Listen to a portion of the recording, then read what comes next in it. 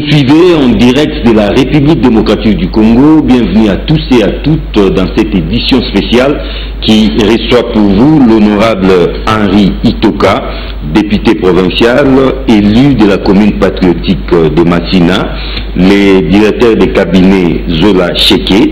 Il est le directeur de cabinet adjoint du gouverneur de la ville, chargé des questions politiques, administratives et socioculturelles.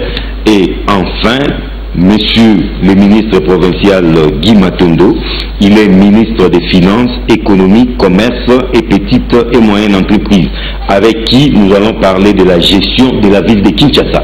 Alors, honorable Henri Itoka, vous avez la parole. J'avais particulièrement suivi personnellement cette information, comme quoi l'Assemblée était en grève ou l'Assemblée avait séché des plénières, ce qui est une fausse information. Depuis le 30 septembre de l'année en cours, nous avons ouvert la session, qui est une session essentiellement budgétaire, et on a donné les calendriers des matières que nous sommes en train de traiter tout au long de cette session, et certaines matières, pour les présenter à l'Assemblée plénière, doivent être traitées au niveau des commissions. D'abord, au niveau des commissions. Et j'aimerais que ceux qui sont encore ignorants par rapport au fonctionnement des assemblées parlementaires puissent bien suivre, au besoin noter comment est-ce que c'est important. Oui, c'est très important. Et parce que ça peut revenir à une question de culture générale, et puis ça peut aussi revenir à une question de session d'examen pour ceux qui font le droit ou les sciences politiques. Et lorsque les commissions sont saisies par le bureau de l'Assemblée sur une question précise, par exemple, nous avons avant-hier tenu une plénière où nous avons validé le mandat de nos collègues qui nous ont laissés, qui sont morts pour certains, et d'autres qui ont choisi l'Assemblée nationale. Leurs suppléants, conformément à la loi, ont été validés devant l'Assemblée. Mais pour que l'Assemblée plénière puisse arriver à valider, la matière a été envoyée à la commission politique, administrative et judiciaire. Cette commission, qui est dirigée par l'honorable Mouitite Marie-Jacqueline, avec tous les collègues députés membres de cette commission, était en train de travailler pour réunir toute la documentation nécessaire qui concourait à la validation, n'est-ce pas, des députés provinciaux suppléants. Et ce travail, c'est un travail très abondant, parce qu'il faut recourir aux identités réelles des personnes, il faut leur voir physiquement, il faut avoir les documents de la CENI qui confirment effectivement qu'ils étaient des suppléants de nos collègues qui sont tout à temps remplacés, et c'est un travail qui a pris du temps. Dans l'entretemps, à la commission économico-financière où je siège, nous avions eu un travail dans le cadre de contrôle parlementaire, de contrôle budgétaire qui était contrôle a posteriori. Nous étions en train de faire les consolidations des données financières entre l'exécutif provincial et l'Assemblée dans le but de ressortir un seul document pour que lors de la reddition des comptes que l'exécutif va présenter, nous puissions parler le même langage. Je dis bien que c'est un contrôle a posteriori, c'est-à-dire un contrôle de formalité pour voir s'il y avait de l'équilibre entre les recettes que nous avons arrêtées dans notre édit budgétaire et les dépenses que la ville a engagées. Et à l'ECOFIN comme au PAJ, il y avait des travaux en commission. Et le quorum pour réunir la plénière devait être réuni qu'après ces travaux en commission. Et bien, avant-hier, les travaux en commission étaient terminés.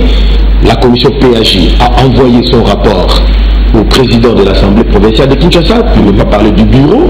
Ces derniers, ayant maintenant la matière pour convoquer la plénière, a envoyé, comme d'habitude, des messages pour convoquer les députés.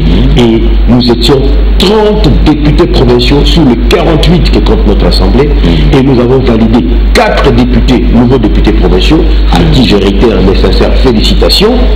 Et donc, c'est un travail parlementaire. Et donc, on ne peut pas dire que nous étions en grève ou nous avons séché des travaux. Donc pour certaines personnes, pour qu'elles comprennent que les députés s'est réunis, c'est en plénière.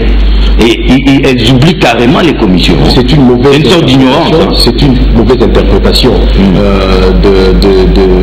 des choses, parce que nous sommes à l'Assemblée provinciale de Kinshasa il y a cela pratiquement 10 ans que nous travaillons, et les élections de 2006, les élections de 2011 ont apporté un nouveau vent à l'Assemblée nationale, ce qui a permis que certains de nos collègues qui ont été élus au niveau national devaient être remplacés. Je crois que les Quinois sont habitués à nous voir en plénière, et nos commissions ne sont pas publiques. La plénière de l'Assemblée provinciale est publique, mais les travaux en commission ne le sont pas. Voilà peut-être ce qui peut faire dire à tort à certaines personnes que l'Assemblée provinciale ne se réunissait pas. Et au niveau de la commission économico-financière, le travail qui a été fait, comme la tradition parlementaire l'exige, les travaux que nous faisons en plénière pour la réduction de comptes en ce qui concerne l'Assemblée provinciale se passe à huis clos. C'est une plénière convoquée par le président de l'Assemblée où tous les députés sont présents, mais on décrète un huis clos. Et nous ne sommes pas la seule Assemblée provinciale à le faire. Même à l'Assemblée nationale, lorsqu'on traite des matières trébuchantes, on convoque toujours une plénière à huis clos. Mais ce huis clos-là est ouvert au greffe. C'est-à-dire, le service du greffe reste dans la salle, mais le public n'est pas admis. Ce qui permet à ce que nous puissions avoir des archives avec les services du greffe, et permettre aussi à ce que notre travail ne puisse pas attiser certaines sensibilités. Je reviens à vous tout à l'heure. Je prends le directeur de la Chéquet. Je rappelle que vous êtes le directeur de cabinet adjoint du gouverneur de la ville. Alors, du côté de l'hôtel de ville, c'est aussi la galère. D'ici là, vous allez aussi entrer en grève à cause d'arriérés des salaires. En fait, merci beaucoup d'abord pour l'opportunité que vous nous offrez pour que nous puissions en fait faire la lumière. Je ne sais pas, nous sommes un cabinet politique, nous ne sommes pas comme des fonctionnaires pour commencer d'abord par faire la grève. Ça c'est d'abord la première chose que vous devez mettre en ligne des analyses que vous êtes en train de peaufiner et d'arrêter. Alors, nous sommes là. Je ne sais pas si vous êtes déjà passé à l'hôtel de ville pour voir si dans le cabinet il y a des gens qui sont absents ou quoi. Je ne sais pas. Et d'où vient toute cette cabane? Ça fait longtemps que vous avez touché à vos salaires. Non, en fait, les salaires sont donnés de plusieurs manières. Vous savez, il y a des approches parce que nous avons ce que nous avons appelé en son temps la cristallisation de nos avoirs, parce que nous sommes dans un processus d'obtenir des faveurs. Alors, quand on y entre pour pouvoir hypothéquer ce que nous avons comme avoir, afin que nous puissions bénéficier de ce que chacun de nous va avoir. Certains, ils veulent de véhicules, les autres de maisons, et ça, c'est une organisation interne. Alors, je ne vois pas à aucun moment quelqu'un, vous n'êtes jamais venu nous approcher pour qu'on parle de ces dossiers-là, et brusquement, et vous entrez dans la distraction. Moi, j'appelle ça la distraction pour la simple raison, c'est une cavale purement politique, qu'on veut en fait, quand on parle de le surendettement et tout ça, bon, j'ai l'autorité budgétaire qui a parlé tout à l'heure. J'ai à côté de moi le ministre des Finances, qui est le gestionnaire du portefeuille de la ville. Donc nous sommes là pour faire la politique de la ville, et nous donnons à chacun, il doit intervenir là, il doit le faire. Alors pour nous, je crois que depuis qu'il y a eu cette histoire de dialogue, même dans notre propre famille, il y a la majorité présidentielle. Oui. Il y a eu une division, il y a chacun a son discours. Mais pour quelle fin? Mais c'est pour seulement... Repositionnement? Non, repositionnement et vilipender. Parfois les gens qui viennent avec du courage politique, en fait, pour qu'on y arrive même à ce que nous avons entendu aujourd'hui comme restitution... la ville serait surendettée. Oui, non, mais enfin, surendettement. Est-ce que vous avez une banque ici à Kinshasa qui est capable de donner à la ville 50 millions de dollars? C'est quelle banque? Dites-moi. Moi, je ne sais pas, peut-être le ministre... On dit qu'il n'y a pas de fumée sans feu. Hein, c'est que quelque part, il y a un feu quelque part. Hein. Vous savez, les reconnaître. Même des grandes entreprises... C'est peut-être l'occasion de faire toute la vérité. Je ne sais pas. Si c'est seulement ici, même des grandes entreprises à travers le monde, on travaille avec des banques. Et les banques, quand on travaille, il y a des échéanciers, il y a ce qu'on doit payer, et on assume. Donc on ne peut pas parler de surendettement pendant que cet argent que nous avons prélevé et que ça puisse aller quelque part pour résoudre soit le problème de route, soit le problème de voirie, soit le problème de transport, et tout ça ensemble, mis ensemble, mais les gens ne voient pas. Hein? On est aujourd'hui buté devant un problème, le phénomène, les gens passent à la télévision pour crier, les poubelles, la vie est devenue sale. Mais avec quel argent on va faire? Merci. Mais il faut qu'on demande même, qu'on voit même nos amis de l'Afrique du Sud, qu'on voit les amis de la France, de Paris, pour voir combien on y met pour gérer. Merci beaucoup.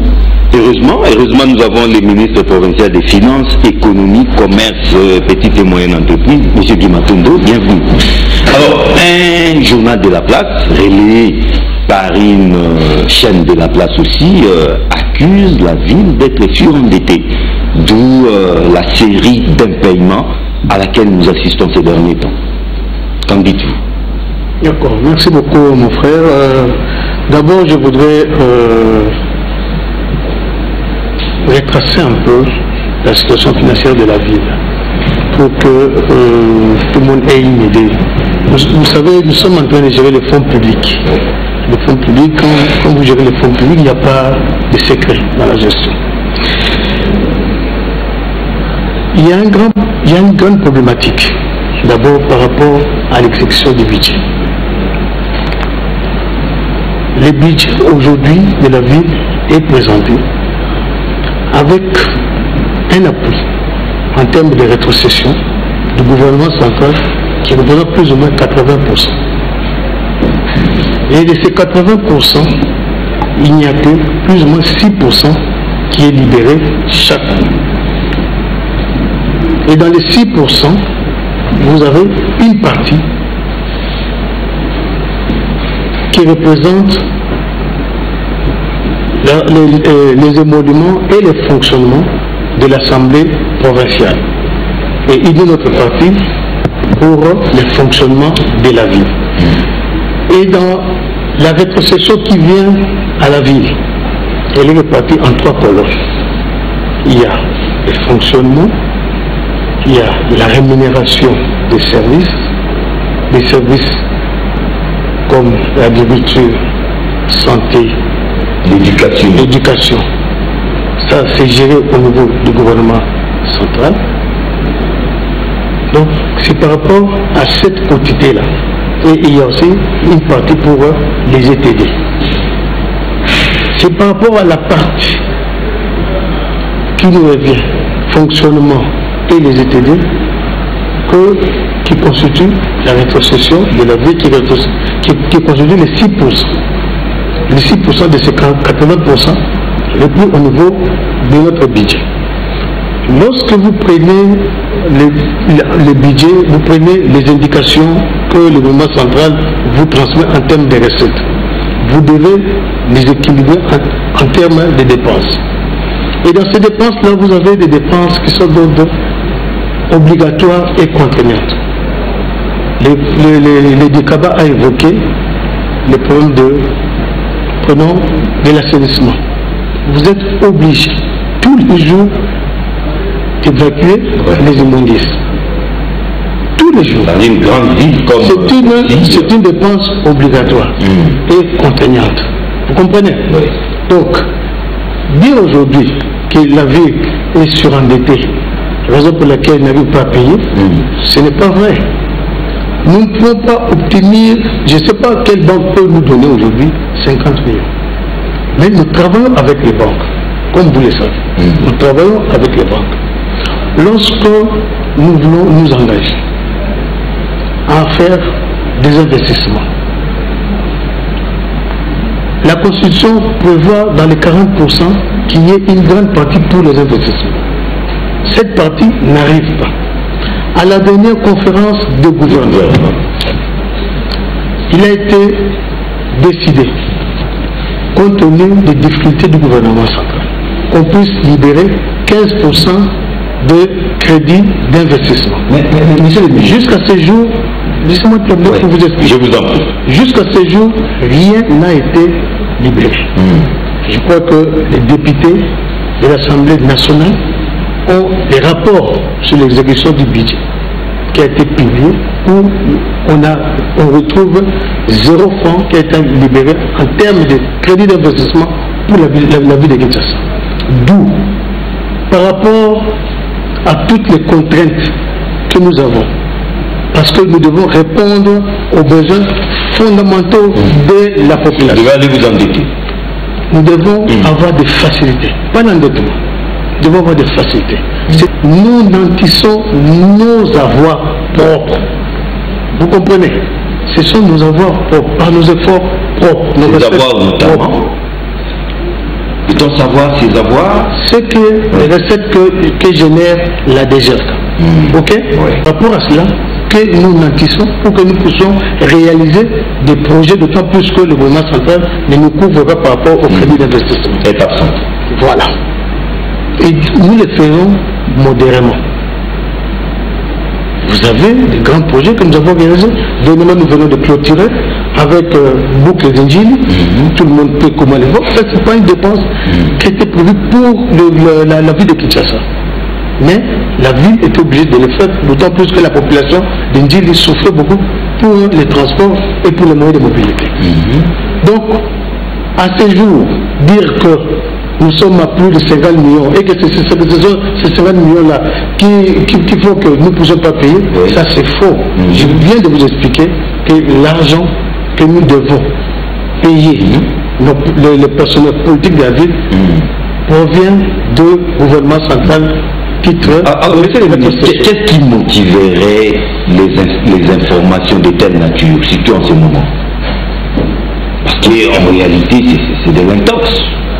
Oui, malheureusement, j'ai beaucoup de regrets parce que c'est lui qui l'a vraiment, c'est lui qui a évoqué ces problèmes au niveau de la radio Okapi. Il s'est dit journaliste. Mon bureau n'est pas au Bas-Congo, mon bureau n'est pas à Brazzaville, mon bureau c'est à Kinshasa. Et en fait, je ne suis pas très loin de la radio Okapi. Donc, il pouvait venir me demander et on pouvait donner des explications, d'autant plus que ce sont des fonds que nous gérons, les fonds de la population quinoise. Au lieu de faire de l'intox au niveau de la radio, au lieu de décourager les Quinois qui aujourd'hui ont accepté d'accompagner le gouvernement provincial en payant les ponts fonciers et en payant la retraite locative, tout ça, je ne sais pas, moi, en ce qui me concerne, moi je suis ministre des Finances, je ne peux pas évoquer ici des motivations politiques, mais je suis ouvert à ce qu'ils puissent venir me contacter. Merci beaucoup. Alors, c'est les recettes de la capitale, nous sommes à Kinshasa, et à Kinshasa, on parle lingala, n'est-ce pas? Honorable Ayutoka. Alors, Henri, honorable Ayutoka, Yopo Kalima Soloana, qui est ville de Kinshasa, Azana Banyongo Belé, Azoko Kachukuta. Est-ce que d'abord, ville des Arabes, vous êtes sous? Mais c'est quoi bino bapandisango likambo oyo bozokolobela likambo ya surendettement po tokoloba en français peut-être bato mosusu bango surendettement lokola bato basali détournement d'abord mais mboka nini oyo ezanga niongo na mokili oyo mboka nini oyo ezanga niongo na mokili oyo esalaka na mbongo na yango moko epuis likambo bakoloba ya niongo awa. Et c'est nous biso en tant que député, tous les autorités budgétaires, gouvernement provincial et ministre avant nous à nana direcab. Yambo te ba ke ko kamata nyungu ya lolenge wana esengeli ba ko zwa ndingisa ya namona te esika moko baleka pa na biso babi ete tokoki kozwa miongo esika opesi biso biso tosalaka contrôle yokana yebisa yo nous faisons le contrôle je voudrais parler du contrôle budgétaire et en dehors du contrôle budgétaire il y a aussi le contrôle parlementaire. Le contrôle parlementaire passe par plusieurs mécanismes. Ce qui te montre pour la costa la banzela et sengeli toza na misolo par exemple 2 millions. 2 millions en gros dans ma beaucoup ça a été 2 millions où ta karampa ko yo ko futa na ongala ko futa. Basali ba arrangement ba bien te lobo. Bino banko bino de tocha ka mbongo na biso pas na bulao. Toza sûr que la échéance au toza 2 millions. Bino bo ça biso facilité de caisse. Toza na na plus que 1 million, to ba na misala ya nzela wala pour ba kinwa ba se retrouver dans circulation. Boka mata tant bo futa na ba intérêt. Mais ngwana bo bengi sur endettement. Lelo oyo ndenge bande ko utu ko bawa. Ngai na yoka ki sonu biso moko ba kinwa ba télévision oyo ya biso moko ba député oyo ba uti la population ba komela bango na se ya bande wana ba ko bala bango ete bazali ko ba kimno sala pour ba ko futa maté. Est-ce que vous allez respecter l'institution à Mboka Biso? Tu l'as dit, Biso, ce discours à Mokonda Mboka, dans le cadre de l'état de la nation. Biso Basso, tu bêta qui m'a beaucoup. Est-ce que Bato nous habite ma beaucoup? Est-ce que va comprendre l'ennemi Mokonda Mboka, le bil Makamboana? Tant qu'on va encourager Batoukeno, nous devons préserver la stabilité des institutions. Donc, pour la cohésion, et c'est dire que Bakigo et Sénéba été, Mokano ou Biso Tozouaki. Il y a la makambo biso ya Kinshasa na umenge na biso ya kufutaka mpako ya kufutaka retenue locative ya kufutaka vignette mais misala oyo ezali kosalama likali boso ya maison hôtel de ville bokomona ke donc bâtiment munene wana ekotema wana boye ekotema na misala nini kaka na mbongo oyo bakilo bafutaka pe gouverneur ya ville akangaka monoko na ye te mpona koyebisa bakilo akoencourageaka bango te mbongo na bino bofutaka yango nasomi na bus mbongo na bino bofutaka yango natongeli immeuble oyo nakotonga wana ya mbala mibale po gouvernement provincial ezali wana bakotonga nde hôtel de ville. Donc c'est pour dire que neta kimbuta ngai poche ya kimbuta tala ndenge naza bokabaka tata bo nakokota na poche ya kimbuta nakotonda kuna bazalaka balobaka tosanctionnaka ministre moko na gouvernement provincial nani balongolaka ye ministre to sanctionna DG oyo azalaki oyo bautaki koremplace na ndeko mwisa na DGRK mpona tolobaki yango na plénière lobi balandaki plénière na biso nazwaki maloba mpona kodénoncer kabano wana ezali kosalama ya dénigrement contre badéputé provinciaux toza baélu ya Kinshasa bamona ete bazali kokritike biso na kati ya mboka na biso ya Kinshasa na bato oyo mpe bakilwa tovote tedi wana niveau national bakomona mpe ntango bakosala réduction de compte na niveau ya gouvernement central kuna bakomona ke case ya budget d'investissement ya ville ya Kinshasa ezali libungutulu bango bakolobela kote bakangi minoko na bango malgré basimbo basimba na maboko malgré babiloko songolo paka bakendaka na yango bakolobela kote mais kasi biso epai na biso tolobi boye esengeli na biso toyeba soki lokola mpe gouvernement ya mosusu ekoya gouvernement asiki ekoya message tokotina yango wana soki bolobi ete ville ya Kinshasa budget na bino ekozala tokozala na capacité ya parce que sikoyo tokomi na problème ya mapremier mokonzi ya mboka alobi mission nde apesi na gouvernement ekoya mibale likambo ya liboso babongisa mbongo mpo mapremier esalama ya mibale babongisa social ya bacongolais donc zokonasilisa na kati na yango bakoloba ete pamba te tokozala na mbongo te ya kopesa bino mpona kosala misala sokolo pakala enveloppe na bino ekozala par exemple 14 milliards biso mpe tokotala na 14 milliards wana donc par mois tobana kozwa 1 milliard 200 par exemple tokokamataka abe 1 milliard 200 wana totie na kati ya budget de manière éroté te kodefendre yango na kati ya assemblée provinciale ole tokamataka bamontant moko fantaisiste totia na budget mpo na réalisation yango ebima faible mpe na kosukisa mpo na koloba ete bakinois continuer à faire confiance na badéputé na bino pamba te na bacontrôle oyo biso tosalaka complaisance ezalaka te soki tomoni likambo ezali kosimba te esengeli topesa liteya po ete na mbala ya nsima etambola ebongo ndenge elongo bani kasi ya koloba likambo sans kokonetre ozala na bapreuve ezali malamu te pamba te ezali kobebisa bomoko mpe ezali kobebisa stabilité ya bainstitution surtout eza bainstitution moko très jeune na niveau ya baprovince mpe na likambo oyo ya impayement ya badéputé provinciaux ndeko nani afutaka baassemblée provinciale nani afutaka baassemblée provinciale baassemblée provinciale nyonso ya mboka na biso efutamaka na gouvernement central gouvernement central soki atindi misolo atindi ya gouvernement provincial atindi mpe ya gouvernement ya assemblée provinciale le lot autre dans Kokoso et ça l'Assemblée provinciale à Kinshasa l'Assemblée manche à Congo et ça dans Kokoso il y a bofutami kasi les alliés qui sa biso to ça la misala biso to ko côté ko ça la misala biso pas mater intérêt à la population et l'équipe makasi ko vraiment mingi mais surtout ça bien budget d'investissement pendant de 2012 à 2015 ça il y a $0 malgré makino de ça mais la ko bisa yo na loba yango bato bayoka ka bayoka na loba yango depuis 2007 depuis 2009 depuis 2008 na loba que le col tozali capable te à contrôler gouvernement provincial par rapport à budget d'investissement na député provincial a ko interpeller ministre national T. Budget d'investissement ministre Aouti Koloba Awate est géré par le gouvernement central. Biso tozali la difficulté à koyeba parce que le poumon, il y a fonctionnement, il y a exécutif provincial et va mener dans le cadre de l'investissement. Mais ce que biso toyebi déjà que non, va gérer un budget d'investissement. Donc tu peux contrôler bango na budget d'investissement difficulté à l'ébosso yango wana. Difficulté à mi balé. Même temps qu'on va salir réduction de compte. Au budget d'investissement la biso na gouvernement central et Magaliburu tout. Bongo ba élu na biso ya Kinshasa au bazar au niveau national. Tant ba mona ka euro ko yana. Bango de bazar na ningisa ko tout na tout n'est pas à Mozambique, pas à premier ministre, il y a ministre du budget, il y a ministre de la finance. Balobakaïlo Tonini. N'a pas tellement de pas à directeur de la Chéké, Yum Tozana cabinet, Nana gouverneur de la ville, Oza Malouba Obatia. Merci beaucoup. Na sepeli pour la Tozongeli, Ndinga et Abana Kissasa. Oui. Bon, na Kanisi Nazana continue Balao, oui, Atali.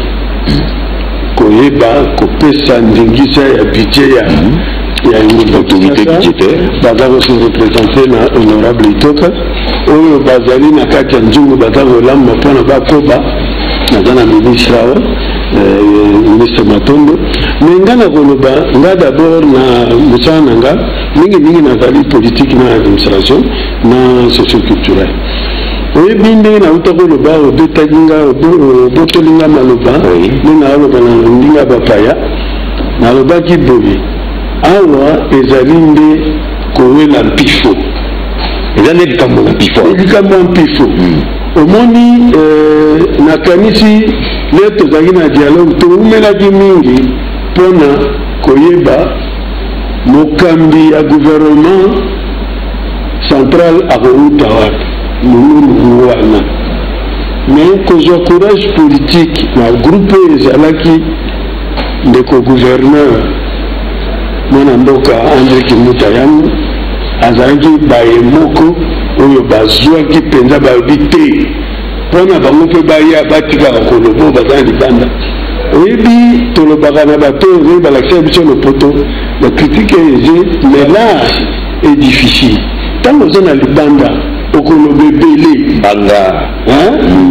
mais so bapesi yango oyoko kamwa nga naza na expérience moko na kati ya lingoma na biso ya politique na ya mpona kosala apologie nango te ndeko moko lere azalaka nani na libanda azalaka secrétaire général te ya lingomba akritikaki mingi lere aye aye kotala moninga mosala asali afongoli moninga balobi asala mosala nyonso ye donc eza ndenge wana yango wana nakanisi te andeki mutu azalaki na bato balobaki ke gouvernement mokonzi nango auta na opposition parce que biso nyonso toza sika moko babana koloba nini tofandi awa mpe biso na biso mais mate ya nini tozwi daboboma na bino mate ya nini tozwi mais wana eza mpifo te kaka ndenge bato balobaka na lopoto ote toi que je me mette donc oza kobebisa lokuma moninga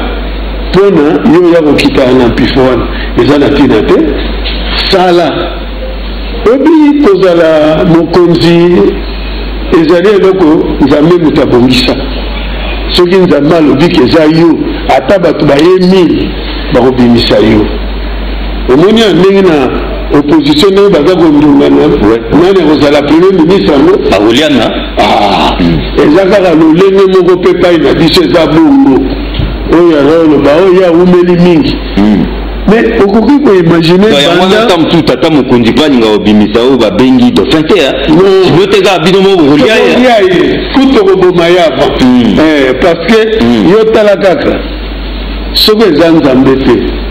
Le gouverneur va le guérir, à part Bamindele. Le gouverneur a sali, Miboul, au Colandre qui vota, Azate. Ah, on a dit ça. Ce que les gens ont André Kimbuta comme gouverneur, il y a bien ça.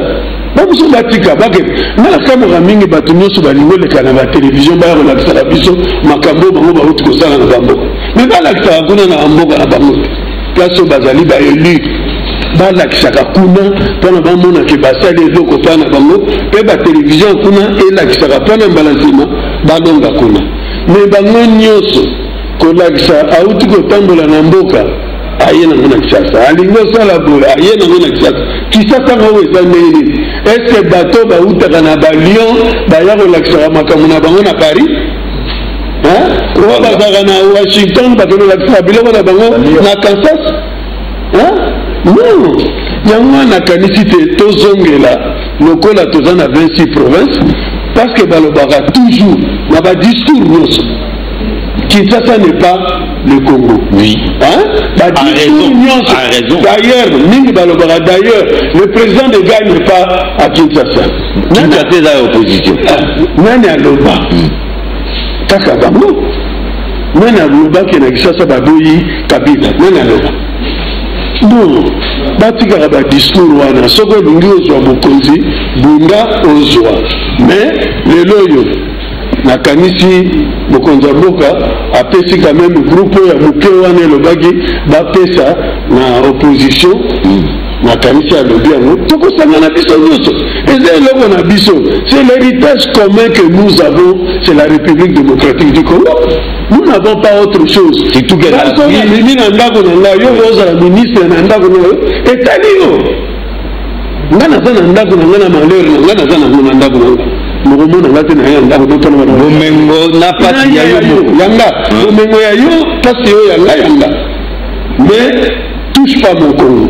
Touche pas mon Congo. Na dune de Matondo na tini question na kisasa na nga question on a tuni honorable Itoka budget d'investissement au Zoloba 2012 2015 $0 de Matondo. Justement au fait il y a autre expliquer quoi problème ya moni za ndenge budget ezalaka tango bako pesa biso ba élément au gouvernement central a pesa biso autre tanga budget yangonde ezana kati kuna ezana budget d'investissement tilelo ndenge honorable Itoka lobi na niveau ya rétrocession aujourd'hui ata elo mogote. C'est vérifiable parce que Hollanda chaque année sur l'exercice budgétaire ici et au niveau gouvernement central et au niveau gouvernement provincial tout ça la reddition de comptes. La reddition de comptes wana donc peut être vérification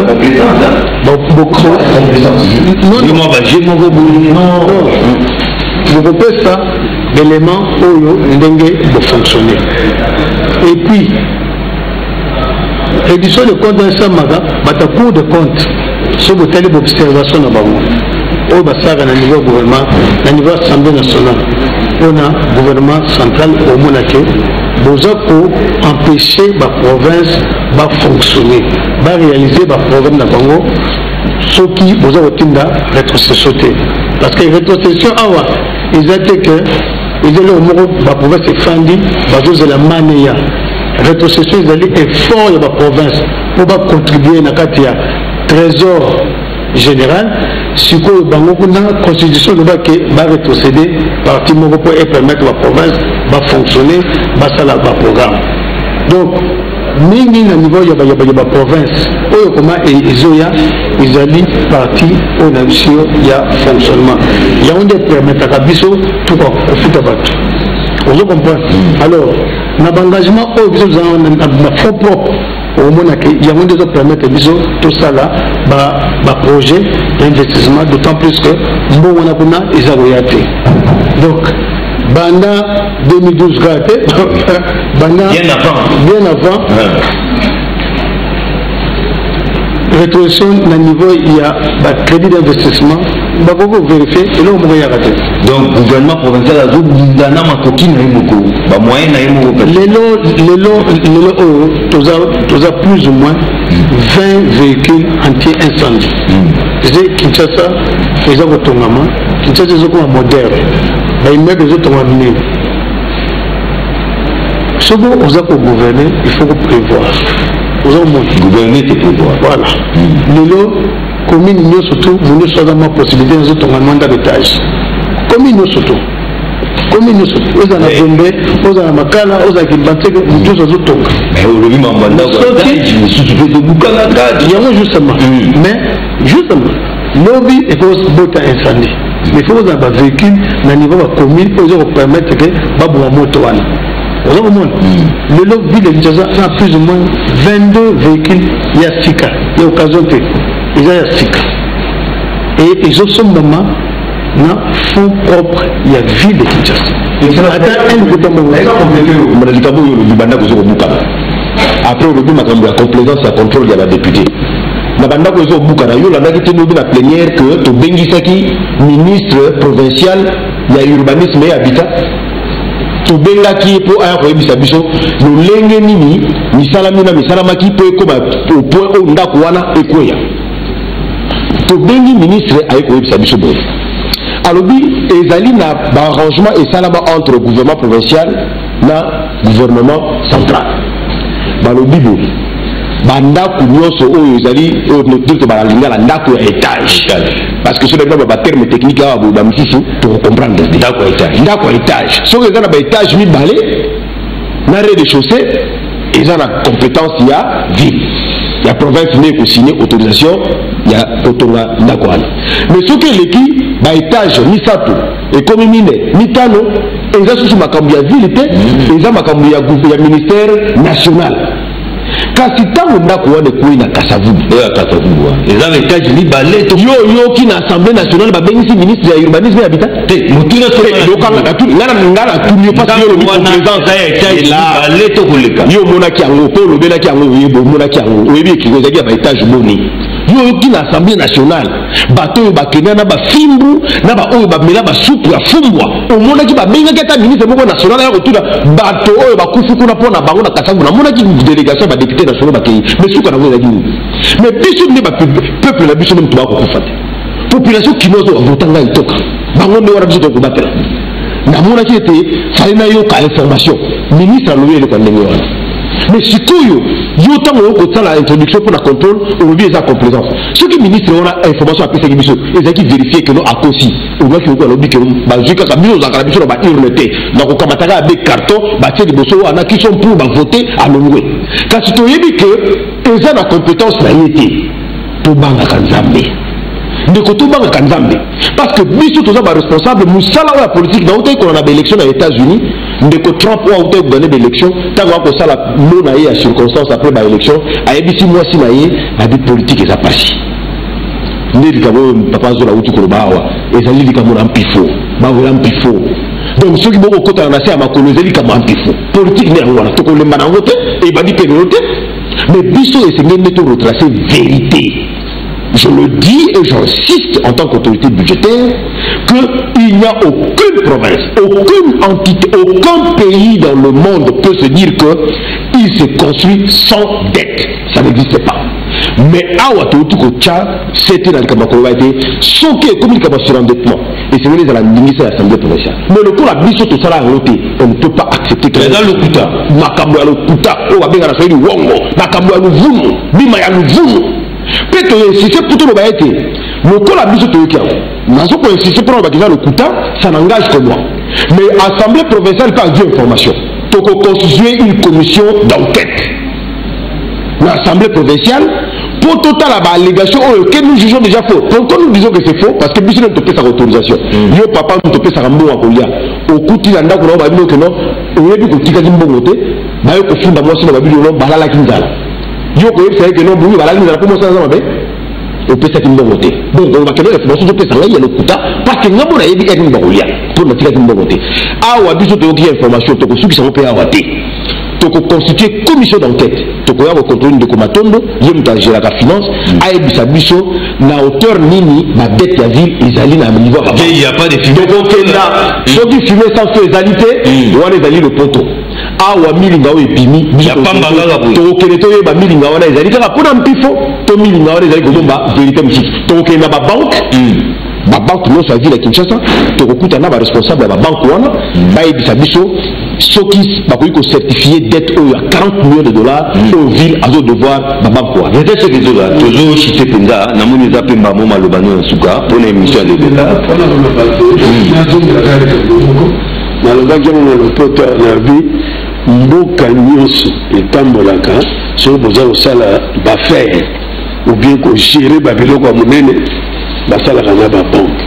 Imagine ke nga nazali na $1000 nalingi natonga ndako ya $10 $10,000 mais nayebi ke chaque mois nakotisaka $1,500 mais nakokende solo na defi na defi te nake kosolo na banke napesi bango bamoyen nyonso batali makambo nyonso oyo bamosusu ezalaka opesi na buku ya lopango banke asimbi yango yango wana pa ministre alobaki konantir avoir na biso, c'est-à-dire toyebi ke tozalaka na chaque mois mbongo boye mokonantir nyonso tute onantir oyo eza na se mpo na yo mpo tikala na mwa babengaka bamarge de manœuvre mpona otambola. Alors je sais pas soki eza ya sika même bagouvernement oyo ya biso ezala gouvernement national ezala baprovincial ezala basociété commerciale ezala industrielle ebafonctionnaka tambolaka bongo. Oui, même taille nyonso okonokuta baza kosala okoyoka bainvestisseur bazali mais baza koluka garanti moko bopesi bango garanti bango bainvestir babandi koamortir banani wana nyonso tu. Nga na koloba kaka boye bana kisasa bofongola miso pamba te tokomi sombele soka papa mokonzi tokata makambo te alobi oboyo linga tokokende na maponomi maponomi alobi totikeli makambo nyonso na commission technique oyo tobengi seni ndenge aza kotambola sa alobi na ndenge ya kosukisa makambo nde na ndenge akomema moto adistraire bino te lobaloba ezali salasala te distraction oyo nyonso oyo baza koloba yango moni na opeta sete wana soki olingi ozwa mpifo na Kinshasa zela baélection oyo koya bakovote badepute provinciaux ya ville ya Kinshasa après osali campagne no na misu tai na bango soki bamoni te ya solo yo ye na projet ya solo koleka oyo ya André Kimbuta ou bien ya koleka oyo balekaki ou bien oza na monde oyo mosusu olingi osala tokende na monde oyo ezalaka bandeke kaka ya bleu oyo mosusu ya jaune bazalaka te tokolanda yo pamba te bauti kopona yo mais sala yango avec élégance kofinga boninga te kolinga okosa eloko tout en dessous de la ceinture. oui wana te donc bayeba kaka ke mpona biso mwa moke victoire ezali parce que oyo ya biso mokambi azalaki na kati ya lingomba oyo alobaki te bapesa primature na opposition te esalami yango wana eloko mosusu te yango wana parce que moto akolongola ye aza te ifo maponomi mpona elongola ye donc maponomi oyo koya moto koya donc bopemisa bopema na bino boza kolongola pamba makelele boza kosa oyo nde tolobaka makelele ya wenze ya balabala zonga na kati sala mosala zela ngonga yango lokola bolobaka ngonga ebeti ebeta tokende balobi te mosala mpe maponomi moto kokata makambo nyonso ekoki maloba mboka oyo mpona kosukisa avant kozongisa maloba epa ya honorable Henri Itoka.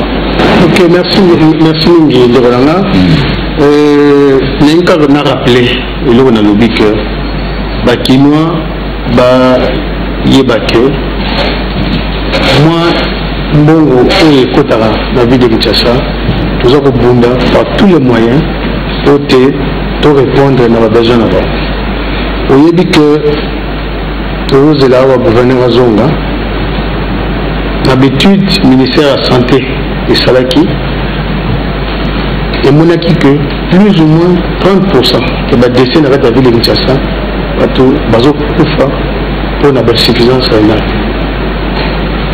Et on a au niveau du gouvernement pour décider qu'il va faire le centre de dialyse. Et il s'est mis dans fond propre à vie. On a dit que la séance de dialyse à Kinshasa, il y a moins cher, il y a $250. La séance, on a des fois que ça 3 fois, 4 fois par semaine. Nani awa a pu supporter pendant autant d'années. C'est difficile. Mais au niveau du gouvernement, le gouvernement provincial Azosala centre de dialyse pour que Moto a quoi fouta $20 à $50 par séance. Et nous autres, ils ont dit Mbongo Oyo, ils ont dit Maboko, Yabakino. Et nous, ça n'a pas pour l'année. Et nous, ça n'a pas ces alliés que discours au bazar de 50 millions, ils ont découragé Bakino pour que Bakino va participer à la construction de Mboga Nabao. Dans le Bango, chaque fois, ce que Olingo va mettre, il y a Mabel Onzamba Pesio, et c'est les gens fiers pour participer à la construction. Il y a un mogo au gouvernement nayo azali kosala. Oye dit que ngai lokola dialyse tongama ngai na participer na autant. Lelo oyo toza na kati ya campagne ya impôt foncier. Oyo toyokana batwa futa ba 5 000 francs, ba 15 000 francs, ba 20 000 francs, ba tout ça. Campagne zote malam, ba discours oyo boye, ils allaient pour décourager ba kinois. Ils allaient bato oyo misala mulili.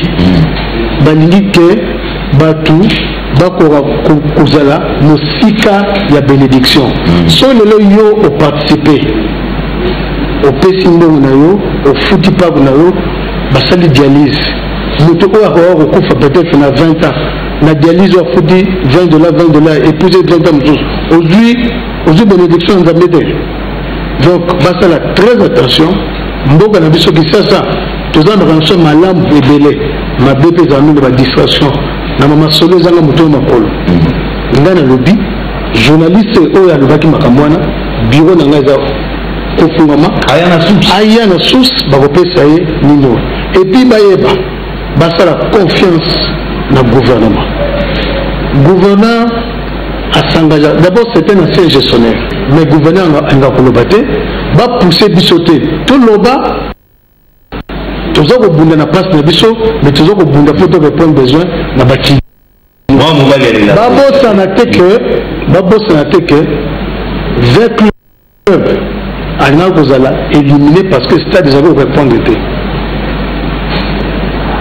À une semaine, nous avons eu à modifier le stade pour que comme stade comme un niveau olympique. Hôtel de ville Mutassala. Mais on est dans le gouvernement. Hôtel de ville Mutassala pour que le club a la qualifié. Donc il y a des choses comme ça. Tout ça va retenir pour nous expliquer. Mais on travaille d'abord pour les Kinois parce que les Kinois vont voter les sons. Toujours répondre à besoin de Bango. Tout ça n'a pas de la tête. Tout ça va Mbali. Tout ça n'a pas de merci. Ndeko Henri Itoka. Merci chef de l'État parce que au Tongeli Biso ville ya Sika na pour Malibu.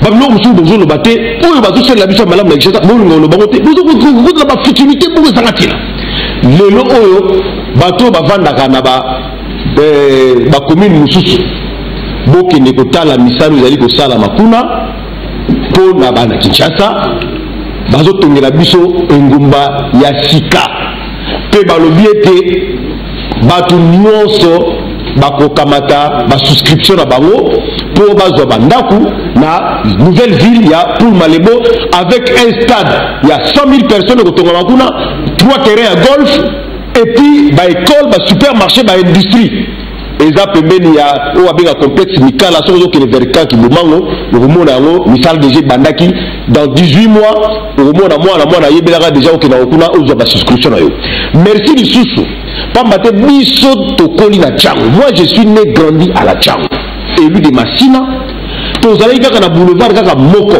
kolongwa aéroport te na ville boulevard Lumumba lelo oyo avec les efforts propres ya gouvernement na biso na ba intervention na biso ba élu à Kinshasa la route Kolumba est en train de se construire pour être la parallèle na boulevard Lumumba mbongo wana eza mbongo oyo yo futaka impôt na yo mwana Kinshasa bakosa yo te mbongo yo futaka impôt ndezo tonga bala Kolumba wana poto intervenaki et puis bala Kolumba wana ekolongo wana entrée ya Siforgo côté ya G5 bababe en Transco et bomba ba bus na yango et bandi wana te et okoya wana poids lourd donc tokoza na pomoko ya munene ko sala en parallèle na mainjili et koza côté ya rail. Troisièmement bandeko na biso ya Bwadi tolandaki awa na etandoiki oyo na kin 24 bazolela na Bwadi pour okende na Marueka nzela ezalaka te ba étude salami gouvernement provincial apesi mbongo ba étude sili kala mingi te misala eza kobanda misala kobanda na babala Bwadi pour désenclaver parti wana ya ville ya Kinshasa pe lokola pe misala eza kosala na Mayenge pour désenclaver Kanduka grand état pays na kata mboka. D'ailleurs je salue bandeko na ngano sa Kanduka pe ya suka nalingi na rassurer ba Kinois biso to la rapongité c'est vrai toza parfait parce que les gens à biso mais oya ko lobela bino et ko zanga biso te et ko zanga biso te parce que nous sommes là pour nous servir la population en toute simplicité et en toute vérité. Et je remercie le plateau de Kim 24 qui nous a donné l'opportunité. Il y a coupé sa vraie information parce que il faut que le option la politique c'est un art du mensonge. Pour qu'on a vu ce bazalaka, ce que la politique, c'est-à-dire non, la définition classique de la politique, c'est l'art de gérer une cité. Et pour gérer une cité, il faut prévoir. Et pour prévoir, il ne faut pas être un savant, mais plutôt être un prévoyant. Et être prévoyant, il faut prendre toutes les dispositions. Donc la politique n'est pas donnée à tout le monde. Moi, qu'on s'aventurer, moi, qu'on a n'importe quoi sur la vie de Kinshasa, sur ma députée, moi je représente la commune de Massina. Jusqu'à preuve du contraire, tout le monde comme la population Massina, sur Gaza est luttée. Pour ma députée, TV, mon premier délai, tout l'indibino. Bon, c'est la élection. Yo, député, quand on a TV, c'est la élection, papa, c'est la élection. Kinshasa, c'est mon même mais ça, il va to gérer en haut, la nenga à Kumbari, système quand on a tout même si on a ma belle, mais tu as esprit bien. Merci Mingi, Tozalagi Bomona Plateau Nandeko Guy Matondo. Je rappelle que vous allez ministre provincial des Finances, Économie, Commerce et PME na Enguma Mokondi Kinshasa. Merci Mingi Nandeko. Malatima Togoyamba. Rendez-vous déjà pris très prochainement. Alors, merci Mingi Pena. Papa Zola Cheke, aux amis directeur de cabinet adjoint, il y a gouverneur de la ville chargé de questions politiques, administratives et socio-culturelles. Merci Mouangouaki. Natondio Boto. Yopé, Togozaï, Soupe Bajon, Mbalatima. L'air où se tout bolini. Et tout ce qui s'y bongo na Mwana Moka, honorable Henri Toka, Yazali Bongo, député provincial, élu de Matina, plus précisément na Tcham. Merci. Merci Nandeng Kouraki. Merci Bozagé Belé à Roland de la Bissot, tout le Béli Bongo gestion. Il y a ville de Kinshasa, à partir il y a moi, nous Tambolaki, Mikolo, qui est ville à Kinshasa, hôtel de ville à Zana Banyongo Belé, à Zoko même Kofuta, ni ba député provinciaux, ni na basal, ni na Moussou, il y a moto Yambé bateau tout pour nous répondre. J'espère que la lumière a été faite, mais l'émission pour nous éclairer davantage. Merci Nandé Bozagé Belé à Roland de la Bissot. Au revoir.